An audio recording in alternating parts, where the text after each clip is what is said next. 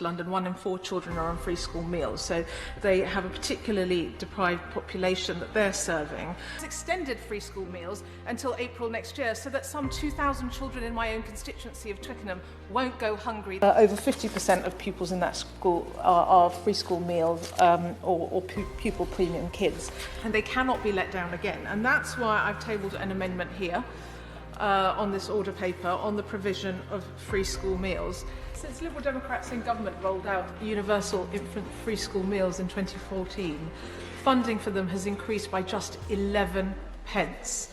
Children up and down the country cannot afford to eat, with some children being forced to pretend to eat out of empty lunchboxes or reportedly even eating rubbers out of desperation.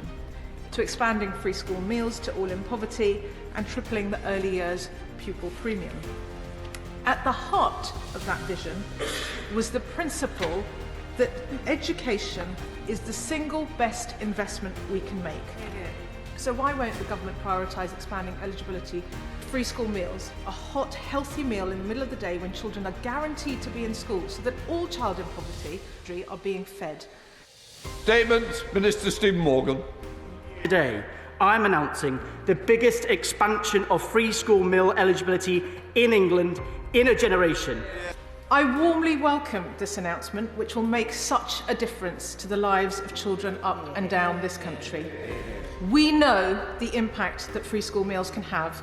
A hot, healthy meal in the middle of the day helps children to learn, to concentrate and to thrive. Making sure a child doesn't go hungry in school can truly change their life. And that's why Liberal Democrats for so long have championed free school meals. That's why we've long called on successive governments to take this step. And that's why this policy was in our election manifesto last year. And even though it wasn't in Labour's, I am delighted that they are taking our idea today. It's why we, Liberal Democrats, introduced universal infant free school meals when we were in government. And it's why we, Liberal Democrats, are today sharing in the joy of the tireless campaigners and struggling families for whom this is such a victory. And now we know the government are finally looking to the Liberal Democrats for policy ideas on tackling the cost of learning. Could I urge them to look again at capping the cost of branded uniform items, not the number of branded uniform items?